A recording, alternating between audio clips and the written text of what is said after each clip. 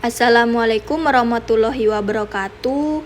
Kami dari kelompok 10A ingin mempresentasikan hasil yang telah kami dapat yang berjudul Strategi Kebijakan dan Regulasi dalam Peraturan Presiden Nomor 83 Tahun 2017 tentang Kebijakan Strategi Ketahanan Pangan dan Gizi.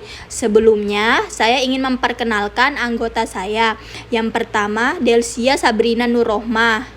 Yang kedua, M. Mahrus Pamungkas, dan saya sendiri sebagai moderator Rika Febrianti, dan yang terakhir Sapitri. Baik, saya persilahkan untuk Delsia Sabrina Nurrohmah untuk membacakan materinya.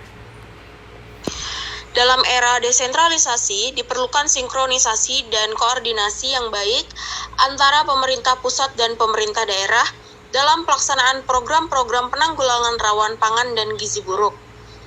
Dalam pasal 12 mengenai Peraturan Presiden Nomor 83 Tahun 2017 tentang Kebijakan Strategi Ketahanan Pangan dan Gizi, ini meliputi rencana aksi pangan dan gizi yang disusun dengan mengacu pada KSPG dan rencana aksi pangan dan gizi yang sebagaimana termaksud pada ayat 1 yang terdiri atas RAN-PG dan RAT-PG. Rencana aksi pangan dan gizi ini yang dimaksud pada ayat 1 ditetapkannya untuk jangka waktu 5 tahun dan untuk pertama kalinya ditetapkan dalam jangka waktu dari tahun 2017 sampai 2019.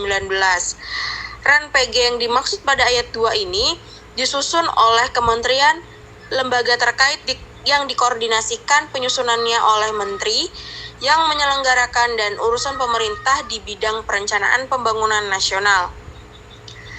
RAN-PG ini sendiri yang dimaksud pada ayat 2 itu dijabarkan ke dalam 5 pilar yang meliputi perbaikan gizi masyarakat, peningkatan aksesibilitas pangan dan keberagaman, mutu dan keamanan pangan, perilaku hidup bersih dan sehat, dan koordinasi pembangunan pangan dan gizi.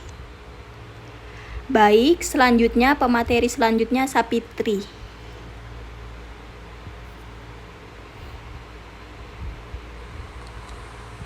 Selanjutnya, kajian masalah masyarakat. Masyarakat menjadi lebih selektif dalam membelanjakan uangnya dengan memprioritaskan membeli kebutuhan pangan yang primer atau mendasar. Sinergi yang baik antara pemerintah, masyarakat, akademisi, dan seluruh stakeholder untuk menjaga kestabilan pemenuhan kebutuhan pangan dan rantai pasokan bahan pangan sangatlah diperlukan.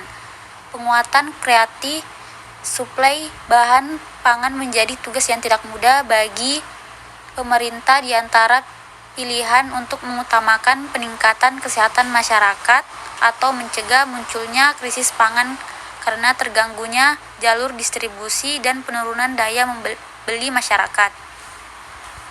Meskipun sulit, tetap harus dilakukan langkah konkret untuk menjaga ketahanan pangan dan ekonomi masyarakat, khususnya di sektor informal yang akan. Yang selanjutnya, kebijakan strategis dan regulasi. Kepres KSPG memuat 13 bab dan 54 pasal. Bab 1 berisi ketentuan umum, bab 2 berisi maksud dan tujuan, bab 3 berisi kebijakan strategis, bab 4 berisi koordinasi dan pemantauan serta evaluasi, bab 5 berisi keuangan, bab 6 berisi sanksi, bab 7 berisi ketentuan peralihan, dan yang terakhir bab 8 berisi ketentuan final dan lampirannya termasuk Rencana Aksi Nasional Pangan dan Gizi RANPG periode 2017 sampai dengan 2019.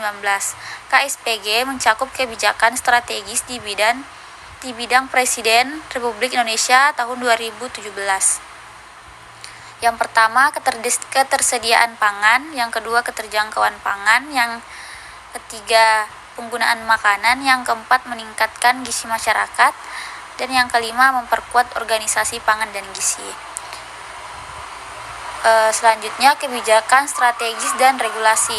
Regulasi terkait Perpres KSPG antara lain: yang pertama, Undang-Undang Nomor 18 Tahun 2012 tentang Pangan; yang kedua, Peraturan Pemerintah Nomor 17 Tahun 2015 tentang ketahanan pangan dan gizi.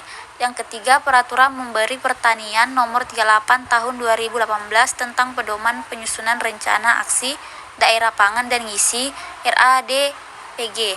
Yang keempat, Peraturan Menteri Kesehatan Nomor 24 Tahun 2018 tentang pedoman pemantauan status gizi. Kesimpulannya, bagi Indonesia, ketahanan pangan masih sebatas konsep dan masih banyak pihak yang menganggap bahwa pangan itu hanya sekedar sebagai komoditi yang sama sekali tidak bernilai baik itu secara sosial maupun budaya.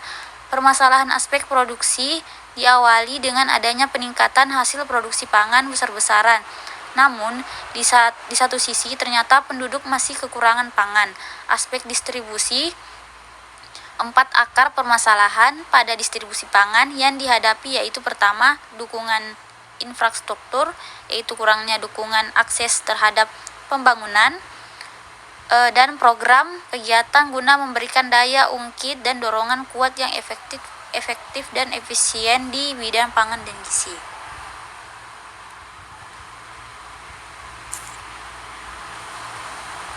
Selanjutnya saya serahkan ke moderator. Baik, itu dia hasil dari presentasi kelompok 10A. Kurang lebihnya kami mohon maaf. Wassalamualaikum warahmatullahi wabarakatuh.